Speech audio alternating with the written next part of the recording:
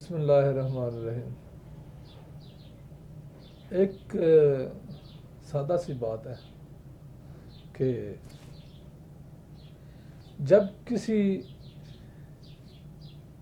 پر الزام لگ جائے کہ وہ چور ہے، سیدھی سی بات ہے کہ جس طرح یہ ابھی چور مشہور ہے پاکستان کے، تو ان کو موقع بھی ملا کہ وہ سعودیہ آئے ہیں، روزہ رسول پہ ہیں، لوگ ان کو چور چور کہہ رہے ہیں اور وہ الٹا لوگوں سے پھر بچ رہے ہیں، دوڑ رہے ہیں۔ ان کو چاہیے کہ وہ ادھر کھڑے ہوں، لوگوں کو کہیں ٹھیک ہے آپ ہمیں چور کہہ رہے ہیں، اب ہم مسلمانوں کی سب سے جو پاک جگہ ہے ادھر کھڑے ہیں تو ہم اپنی صفائی دیتے ہیں، پھر تو آپ کو یقین آئے گا۔ تو میرے خیال میں کہ سب لوگ ان کی بات توجہ سے سنتے اور یقین کر لیتے، اور جو ادھر تھے وہ تو کر ہی لیتے، جو ادھر دوسری جگہ پہ دوسرے ملکوں میں سن رہے تھے سارے مسلمان لوگ وہ یقین کر لیتے ان کی بات کا، اگر وہ اپنی صفائی پیش کر دیں، بجائے دوڑنے کے اور یہ کہنا کہ وہ لوگ غلط کہہ رہے ہیں۔ یہ آج تک کسی نے نہیں کہا کہ وہ ادھر صفائی اپنی کیوں نہیں دیتے، مسلمان ہیں نا، تو کہیں کہ ہم اپنی صفائی دیتے ہیں کہ روزہ رسول کی طرف ہاتھ کر کے کھڑے ہو کر کہتے کہ ہم چور نہیں ہیں۔ تو اس بات پہ کوئی توجہ نہیں دے رہا، اور ہر کوئی یہ کہہ رہا ہے کہ کہنے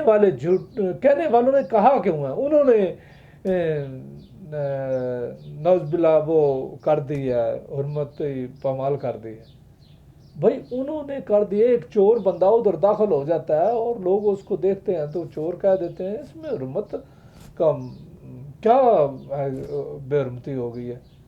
وہ لوگ جو ادھر چور چور کہہ رہے ہیں وہ بھی ادھر روزہ رسول پر حاضری دینے کے لیے آئے ہوئے ہیں،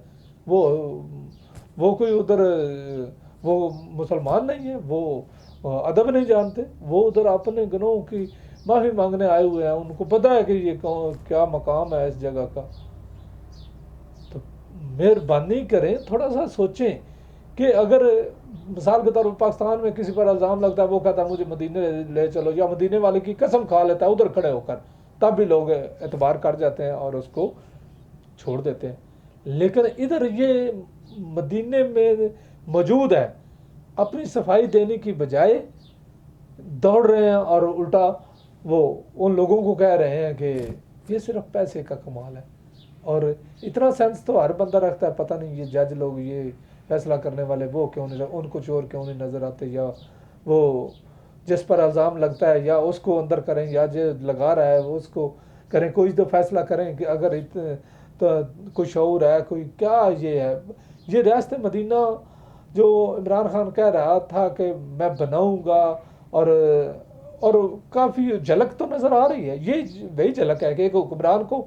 عام عوام چور چور کہہ رہی ہے اس کے منہ کے اوپر، تو یہ ریاست مدینہ کی جھلک ہے۔ انشاءاللہ آئندہ جو باقی لوگ رہ گئے ہیں نا، یہ قاضی وغیرہ جو فیصلے کرنے والے، ان کی بھی باری آنے والی ہے، لوگ حق کی بات کرنے کے لیے جرت کر رہے ہیں اور انشاءاللہ کریں گے، اس کو تو کوئی دبا نہیں سکتا۔ کیا ہوگا؟ جنگ ہو جائے گی، لڑائی ہو جائے گی، مر جائے گا کوئی نہ کوئی تو مرے گا۔ یہ اللہ کہتا ہے کہ میرا دین اتنا آسان ہوتا تو